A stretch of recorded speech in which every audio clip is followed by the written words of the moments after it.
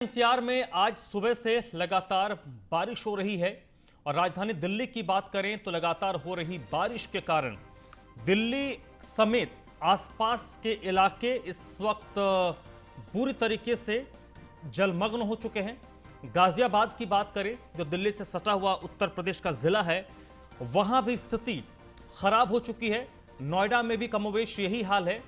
ये पिछले 2 दिनों से लगातार जो बारिश हो रही है, इस बारिश ने कई सालों के रिकॉर्ड को तोड़ दिया है। सितंबर महीने की बात करें तो दिल्ली में सितंबर में इतनी बारिश 19 साल के बाद हुई है, यानी कि 19 साल का रिकॉर्ड बारिश ने तोड़ दिया है। दिल्ली में बीते 26 घंटों से रुक रुक कर बारिश हो रही है और मौसम विभाग ने लगातार हो रही बारिश के मद्देनजर येलो अलर्ट जारी किया है। हालांकि येलो अलर्ट भी दिल्ली के लिए काफी इंपॉर्टेंट है, क्योंकि दिल्ली में आधे घंटे बारिश होने के बाद भी सड़कें जलमग्न हो जाती हैं, पानी निकासी की व्यवस्था ठीक नहीं है। मौसम विभाग ने आम लोगों से अपील की है कि बहुत ज़रूरी हो तो ही आप घर से बाहर निकलें, लोग जहां हैं वहीं पर रहें। राजधानी में कमज़ोर इमारतों को भी भारी बारिश के कारण खतरा हो सकता है। इस तरीके से उत्तर प्रदेश की बात करें तो उत्तर प्रदेश के भी पश्चिमी इलाकों में गौतम बुद्ध नगर, गाजियाबाद ये जिले हैं, यहां पर भी इस बारिश का असर दिख रहा है। गौतम बुद्ध नगर, गाजियाबाद जैसे जिलों में भी लगातार 2 दिनों से बारिश हो रही है। यहां पर भी बारिश ने लोगों के दिनचर्या को काफी प्रभावित किया है।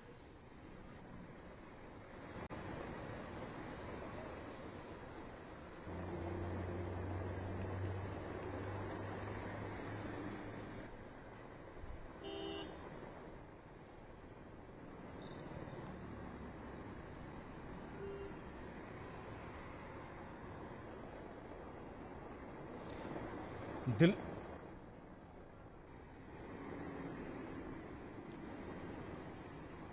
तो ये दिल्ली की तस्वीरें दिखा रहे किस तरीके से लगातार बारिश हो रही है। चलिए आपको 4 तस्वीरें दिखाते हैं। 4 तस्वीरों को देखने के बाद आपको समझ आ जाएगा कि किस कदर बारिश से दिल्ली और उस दिल्ली के आसपास का इलाका प्रभावित हुआ है। मिंटो ब्रिज जो दिल्ली में जल भराव का एक पोस्टर बन चुका है। कल ये स्थिति थी, कल दोपहर के बाद जब मिंटो ब्रिज को बंद कर देना पड़ा था, क्योंकि वहां पर बारिश के बाद जल भराव इतना ज़्यादा होता है कि बसें वहां पर डूब जाती हैं। एम्स के पास भी देखिए किस कदर जल भराव हुआ है। और दिल्ली एनसीआर की ये 4 तस्वीरें ये बताने के लिए काफ़ी हैं कि पिछले 26 घंटे से जो दिल्ली में रुक रुक कर बारिश हो रही है, 26 घंटे से पहले भी बारिश हो रही थी, लेकिन पिछले 26 से 30 घंटे ऐसे हैं जहां पर लगातार कंटिन्यूअस कभी जोरदार बारिश हो रही है, कभी रुक रुक कर बारिश हो रही है। ये क्रम पिछले 26 से 30 घंटे से कंटिन्यू है, लगातार जारी है। आज सुबह से भी लगातार बारिश हो रही है। हालांकि कल शाम को थोड़ी देर के लिए विराम जरूर बारिश ने दिया था, लेकिन उसके बाद देर रात से फिर बारिश शुरू हुई है। सुबह थोड़ी देर के लिए बारिश थमी है। और ये 3 और तस्वीरें देखिए। इंडिया गेट का क्या हाल है, उसके बाद ये पालम अंडरपास है, और तीसरी तस्वीर ये धौला कुआं। दिल्ली की ये 3 अलग अलग जगहों की तस्वीर है। अमूमन जितने भी अंडरपास हैं वहां पर 2 फीट से 4 फीट 6 फीट तक पानी भरा हुआ है।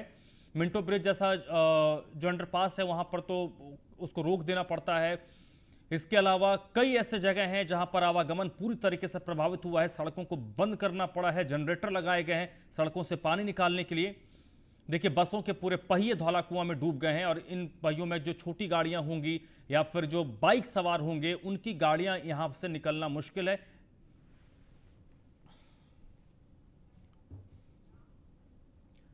तो दिल्ली की तस्वीरें हमने आपको दिखाई, और दिल्ली से सटे जितने भी जिले हैं, चाहे वो गुरुग्राम हो, फरीदाबाद हो, नोएडा हो, गाजियाबाद हो, यहां पर भी लगातार हो रही बारिश के कारण स्थिति खराब है। गाजियाबाद से हमारे संवाददाता पीयूष तिवारी की ये रिपोर्ट आपको दिखाते हैं। 2 दिनों से हो रही मूसलाधार बारिश ने गर्मी से तो लोगों को निजात दिला दी है, लेकिन भारी जल जमाव ने लोगों की काफी परेशानियां बढ़ा दी है। इस वक्त हम सेक्टर 62 के पास मौजूद है। ये रोड देखिए करीब करीब 2 किलोमीटर तक ऐसे ही भारी जो जल जमाव है वो हुआ है। आप साफ तौर पे एक कार देख रहे होंगे, ओमिनी वैन देख रहे होंगे। अगर उस ओमिनी वैन की हम बात करें, वो कुछ दूर तक खड़ी थी, करीब करीब 400 मीटर दूर खड़ी थी, और वो भारी जल जमाव के कारण तैरते हुए वहां तक आई है। अगर हम कारों की बात करें तो कारें रेंग रही हैं, मोटरसाइकिल रेंग रही है, कई जो साधन है वो खराब हो चुके हैं और तमाम लोगों को परेशानियां हो रही है। जनजीवन इस अस्त व्यस्त हो गया है, लोगों का जो आम जनजीवन है। चूंकि रोजगार का भी बात का अगर हम करें तो उन लोगों को भी कंपनी में जाने में या अपने रोजगार पे जाने में काफी दिक्कतों का सामना करना पड़ रहा है। जो छोटे गाड़ियां हैं, चाहे वो ई रिक्शा हो या जो ऑटो है, वो उनका संचालन एक तरीके से रुक गया है। मोटरसाइकिल नहीं चल पा रही है। हम कुछ लोगों से बात करेंगे, क्या कुछ कहेंगे? परेशानी हो रही है बारिश से? बहुत परेशानी है भाई साहब, पानी पानी हो जाता है, आज जनता परेशान है। इस पानी निकलने को सुविधा में नाला उठ जाता है। कब से कितने दिनों से ये पानी लगा है? ये जब भी बरसात होती है तभी पानी लग जाता है। जी बिल्कुल। तो देखिए कहीं ना कहीं नालों की भी सफाई शायद नहीं हुई है, या जल निकासी की जो अगर हम बात करें तो जल निकासी का भी व्यवस्था नहीं हुआ है। इसी कारण से आधे घंटे भी बारिश हो जाती है, थोड़ी सी भी बारिश हो जाती है तो करीब करीब 4-4, 5-5 फीट तक पानी भर जाता है। सड़कों पे अलग अलग जगहों पे गड्ढे हैं, गड्ढे पहचान करना मुश्किल है कि कहाँ पे कौन से गड्ढे हैं। ऐसे में जो दुर्घटना है वो भी हो सकती है। पब्लिक सचेत है, लेकिन रास्ते बदलने पड़ रहे हैं लोगों को। दूर दूर से अपने कंपनी में या अपने जहाँ पे वो रोजगार करते हैं वहाँ पे उन्हें जाना पड़ रहा है। आप देखिए सीधे तौर पे जाम किस तरीके से लग रहा है। और कहीं ना कहीं आप देखिए एक रिक्शा आपको दिखाना चाहेंगे, उसका रिक्शा अगर खराब हो गया है और देखिए उसको कितनी परेशानी हो रही है। जो छोटे लोग हैं, जो रोजगार के जो रोजमर्रा की जिंदगी में छोटा जिनका व्यापार है, उनको भी काफी दिक्कतों का सामना करना पड़ रहा है। ऐसे में मौसम विभाग ने यह भी कहा है कि ये बारिश अभी 3 से 4 दिनों तक हो सकती है। करीब करीब 6 सितंबर तक ये बारिश हो सकती है। तो प्रशासन क्या एहतियात बरतेगा, ये देखना दिलचस्प होगा। वीडियो जर्नलिस्ट रविंद्र के साथ पीयूष तिवारी। तो ये आपको हम गाजियाबाद की तस्वीरें दिखा रहे थे। गाजियाबाद और नोएडा, इन दोनों जगहों का भी कमोबेश यही हाल है। सड़कें जलमग्न हैं, आम लोगों को आवाजाही में काफ़ी परेशानी हो रही है।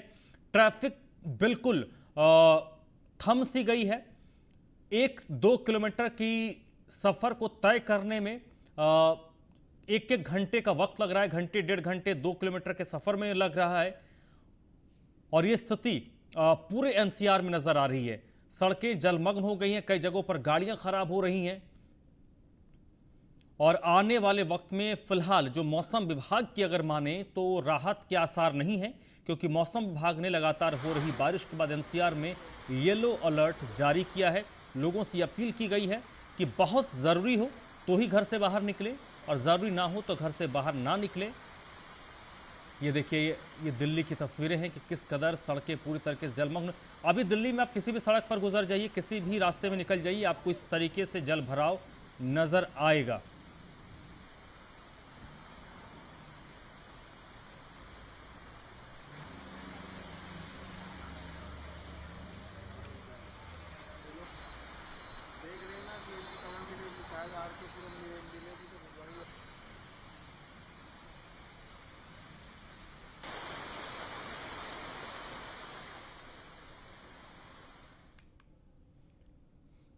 अब से कुछ देर में उत्तर प्रदेश के मुख्यमंत्री योगी आदित्यनाथ राष्ट्रीय वृद्धावस्था पेंशन के तहत 55,77,000 लाभार्थियों को धनराशि सीधे उनके अकाउंट में ट्रांसफर करेंगे। इससे पहले मुख्यमंत्री योगी आदित्यनाथ ने लखनऊ में जनता दरबार लगाया और आम लोगों की फरियाद सुनी। मुख्यमंत्री लगातार लखनऊ और गोरखपुर में जनता दरबार लगाते आए हैं और दूर दराज से पहुंचने वाले फरियादियों की फरियाद सुनते हैं। इस दौरान संबंधित अधिकारियों को फरियादियों की समस्या के निस्तारण के निर्देश दिए जाते हैं। वहीं इसके साथ ही सीएम योगी ने कोरोना को लेकर टीम 9 के साथ बैठक भी की है। ये 2 तस्वीरें इस वक्त आपके सामने हैं। पहली तस्वीर है लखनऊ की, जहां पर मुख्यमंत्री योगी आदित्यनाथ के समक्ष अब पूरे प्रदेश से अपनी शिकायतें, अपनी फरियाद लेकर आम लोग पहुंचे हैं। मुख्यमंत्री ने सभी लोगों की समस्याओं को सुना है। और दूसरी तस्वीर है टीम 9 के साथ लगातार कोरोना के वर्तमान हालात को लेकर मुख्यमंत्री योगी आदित्यनाथ समीक्षा करते हैं। और आज भी टीम 9 के साथ बैठक मुख्यमंत्री ने की है और वर्तमान हालात पर अपडेट लिया है। कई सारे दिशा निर्देश टीम 9 के मार्फत दिए गए हैं, जिसको इंप्लीमेंट किए जाते हैं।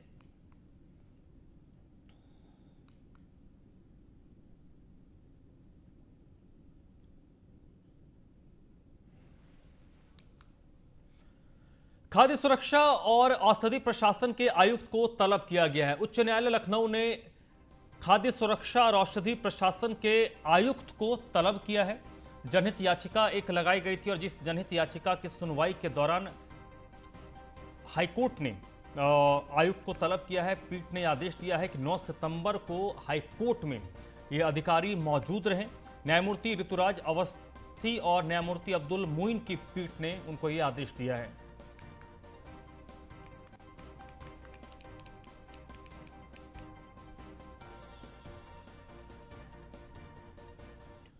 बरेली के गांव चुआरकिया में ग्रामीणों ने वोट का बहिष्कार किया है। उनका कहना है कि सड़क नहीं तो वोट नहीं। गांव विकास के लिए तरस रहा है। इन लोगों का आरोप है कि गांव में मूलभूत सुविधाओं की कमी है, जिसकी शिकायत ग्रामीणों ने कई बार अधिकारियों, सांसदों, विधायकों से की, लेकिन आश्वासन के सिवा उन्हें कुछ नहीं मिला। इससे नाराज होकर ग्रामीणों ने गांव में बोर्ड लगा दिया जिसमें लिखा गया है कि सड़क नहीं तो वोट नहीं, जिसका वीडियो भी अब वायरल हो रहा है।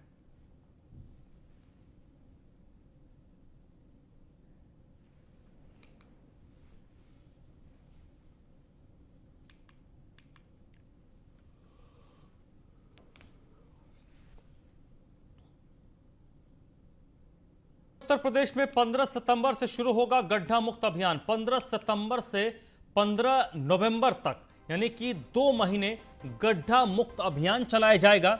सभी श्रेणी के मार्गों को गड्ढा मुक्त किया जाएगा। डिप्टी सीएम केशव प्रसाद मौर्य ने पीडब्ल्यूडी के अधिकारियों को यह निर्देश दिए हैं कि 15 सितंबर से 15 नवंबर यानी 2 महीने तक गड्ढा मुक्त अभियान चलाएं और प्रदेश के अंदर आने वाले तमाम राजमार्ग, तमाम रास्तों को गड्ढा मुक्त किया जाए। प्रदेश में बारिश थमते ही गड्ढों को भरने का महाअभियान शुरू किया जाएगा।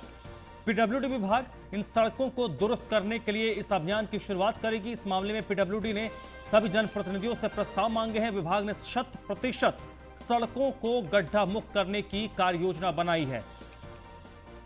2,70,000 किलोमीटर लंबी पीडब्ल्यूडी विभाग की सड़कें हैं और उन तमाम सड़कों को गड्ढा मुक्त करने के लिए सरकार 2 महीने तक पीडब्ल्यूडी के अधिकारियों को यह आदेश दिया गया है केशव प्रसाद मौर्य की तरफ से कि सड़कों को गड्ढा मुक्त किया जाए। एसके वाजपेयी इस वक्त मेरे साथ जुड़ चुके हैं इसी पर अपडेट के साथ। एसके, क्या कुछ अपडेट पीडब्ल्यूडी महकमे से निकल कर आ रही है गड्ढा मुक्त अभियान को लेकर?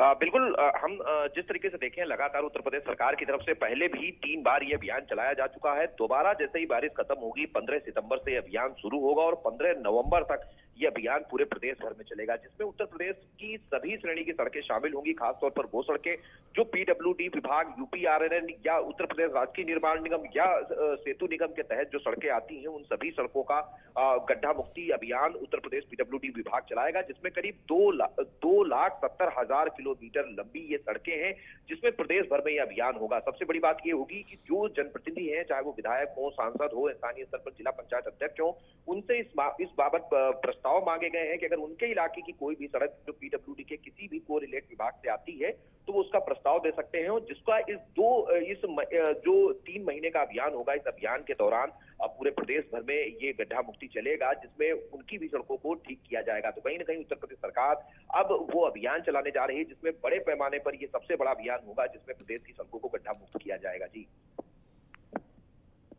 चलिए एसके वाजपेयी, बहुत बहुत शुक्रिया आपका इस अपडेट के लिए। 15 सितंबर से 15 नवंबर यानी 2 महीने तक, यानी कि जब बारिश थमेगा उसके बाद प्रदेश में गड्ढों को भरने के लिए एक महाअभियान चलाया जाएगा। डिप्टी सीएम और पीडब्ल्यूडी विभाग के मंत्री केशव प्रसाद मौर्य ने इसके आदेश पीडब्ल्यूडी के अधिकारियों को दे दिए हैं।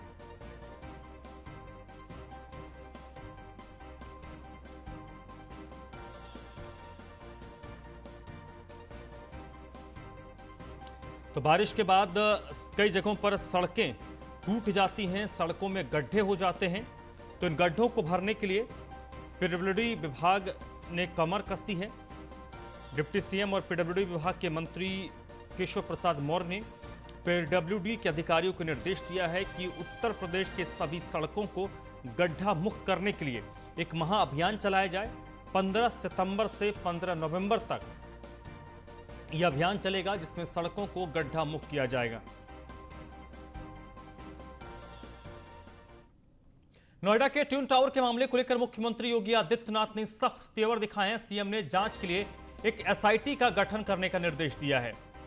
ट्विन टावर के मामले को लेकर मुख्यमंत्री योगी आदित्यनाथ ने एक एसआईटी के गठन का निर्देश दिया है और 2004 से 2017 के बीच जितने भी अफसर रहे हैं उन अफसरों की सूची बनाने के निर्देश दिए। प्राधिकरण के अफसरों की जवाबदेही तय की जाएगी, समयबद्ध और सख्त कार्रवाई भी की जाएगी। अवनीश विद्यार्थी इस वक्त मेरे साथ जुड़ चुके हैं इसी पर अपडेट के लिए। अवनीश, क्या कुछ अपडेट इस मामले पर है? एसआईटी क्या कुछ कार्य एसआईटी को सौंपा गया है? देखिए, मुख्यमंत्री ने निर्देश दिए हैं। कल भी जब इस फैसले के बाबत चर्चा हुई थी तब मुख्यमंत्री ने कहा था कि सरकार एक बड़े पैमाने पर इस तमाम जो अधिकारी इस मामले में आरोपी हैं उनकी पड़ताल कराएगी और उनके खिलाफ कार्रवाई करेगी।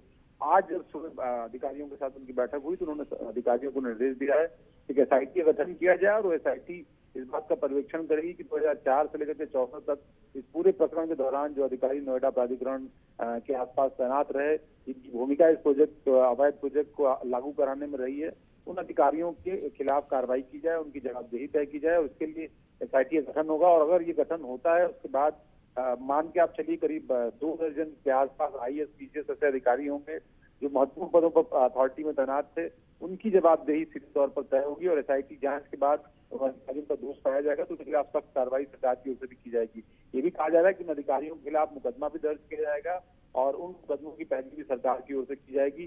साथ ही अधिकारियों की संपत्तियों की भी जांच करने का फैसला जो भी सरकार ले सकती है। चलिए अवनीश, बहुत बहुत शुक्रिया आपका इस अपडेट के लिए। बरेली के गांव रुड़की में सरकारी स्कूल का कायाकल्प करने के लिए डीएम नीतीश कुमार ने एक पहल की है। डीएम के पहल से तेजी से कायाकल्प योजना के जरिए प्रदेश को हाईटेक स्कूल, सभी लग्जरी सुविधाओं से लैस सरकारी स्कूल का उद्घाटन होने जा रहा है, जिसका उद्घाटन मुख्यमंत्री योगी आदित्यनाथ कर सकते हैं, जिसकी बड़े स्तर पर तैयारी हो रही है। जिलाधिकारी के निर्देश पर शिक्षा विभाग कई तरीके से प्रयास कर रहा है। विभाग के इन प्रयासों से स्कूलों में दाखिले भी बढ़ने लगे हैं। इनसे उत्साहित शिक्षा विभाग ने सरकारी स्कूलों में जहां स्मार्ट क्लासरूम स्थापित किए थे, वहीं अब एक कदम और बढ़कर सुपर स्मार्ट क्लास रूम बनाए जा रहे हैं। बच्चों को प्रोजेक्टर से पढ़ाई करवाई जाएगी और इसके लिए जीआईसी में अध्यापकों को विशेष ट्रेनिंग दी जा रही है।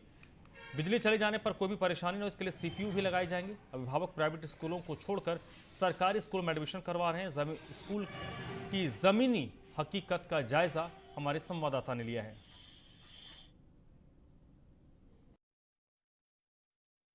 लगभग हम लोग 1875 स्कूल्स में अभी हम लोग ऑपरेशन कायाकल्प के तहत पूरा बेसिक परिवर्तन करा चुके हैं उसमें, और इन्वायरमेंट उसका बिल्कुल चेंज हो गया है। और हमें हम लोग बच्चों की चाह में थे कि बच्चे जब हमारे स्कूल्स में आएँ तो उन्हें लगे कि हम वातावरण में काफ़ी परिवर्तन हुआ है और एक अच्छा महसूस करें।